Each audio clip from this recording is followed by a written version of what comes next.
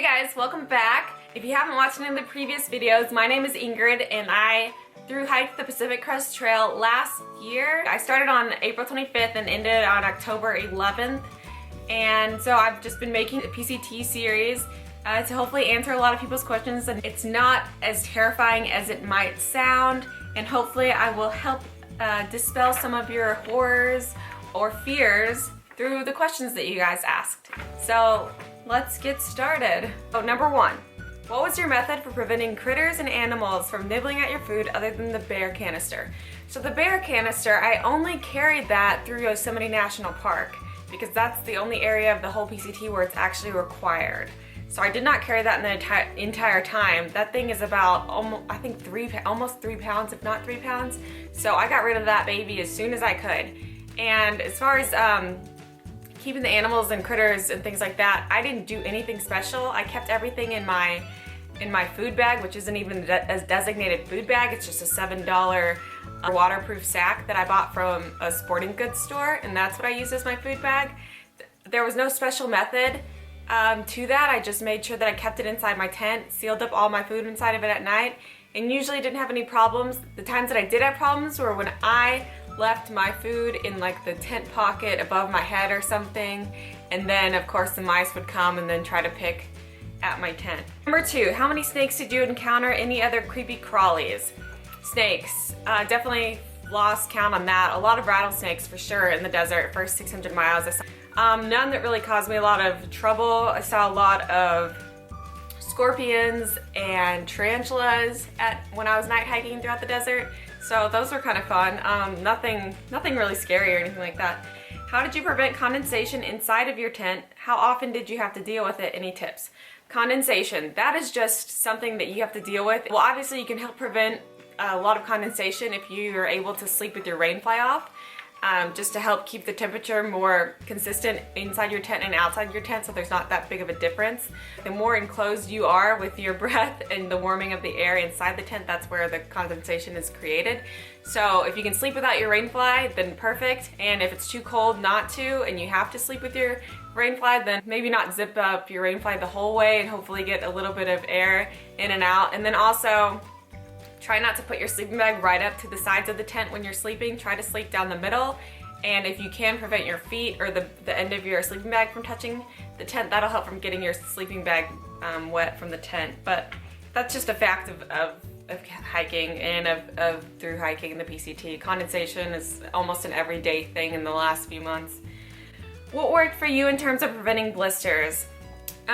Like I said, I only had I think 1 or 2 blisters the entire trail. I was incredibly lucky. I saw some people's feet and they were really messed up, and I don't even know how that happened. But I don't know, I didn't even switch my socks throughout the day, but obviously that is one way to prevent blisters, switching your socks if you need to, and if they get too wet and they're not drying, airing them out at night during the day when you take breaks. If you guys watched my gear list video where I went in depth about every specific thing that I took along the trail, one of those items were my orthotics. They're just my shoe inserts that I have. And I think that using those consistently every single day and being able to put those into my new shoes and not having to truly break in a new pair of shoes really helped me. And I do suggest that with other people, especially if you have high arches or other kind of foot issues where you need some extra support. Do people's feet really swell up half a size? That's a really good question. I know people that, I know girls and guys that had their feet change a whole size or size and a half from the beginning of the trail. Mine didn't really. I think my true fit shoe size is a 6.5, and I think I hiked in 7.5 just because of the hiking socks. They were a little bit thicker, and I just wanted the space. They did swell up a little bit, but I don't know, not a size or a size and a half, so I was pretty fortunate. Number 6, did hiking through any of the hot sections cause you to want to hike during the night/early morning to avoid the heat, or perhaps it wasn't too bad? The heat in the desert is really bad. It's awful. I don't know if anybody could avoid not hiking during the night, or at least the evening times, because you're just forced to take a break during the heat of the day. I'm talking like 12 to 3 p.m. at least. I mean, it's just really, really hot. And there are some dry sections in that big section, Southern California. So there's just not enough water in a lot of places for you to sustain you being able to hike throughout the heat of the day. So yeah, night hiking was a big part of Southern California for me. I would leave at about 6 or 7, sometimes even 8 p.m. and then hike until like 7 or 8 a.m. Hopefully just till 6 a.m. But sometimes I didn't make it to my destination until later just because I hike a little bit slower in the dark. But yeah, no, that was a big part of the Southern California section is night hiking. Did you carry a gun? These guns? No, I didn't carry a gun. The states California, Oregon, and Washington do not actually reciprocate other states' gun laws, so it's not really even legal. And then, you know, a lot of national parks and other parks do not allow any types of those weapons. So I think the entirety of the trail I would be carrying a gun illegally, and I just don't think it's necessary. Question 8, how long did it take you? It took me about 5.5 months. I started on April 25th and I crossed into Canada on October 9th. Granted, you know, that's obviously not that fast. I think my goal was just under 6 months, and I definitely took my time. That's one of the best things that I can recommend you doing, allowing enough time for you to finish your hike comfortably.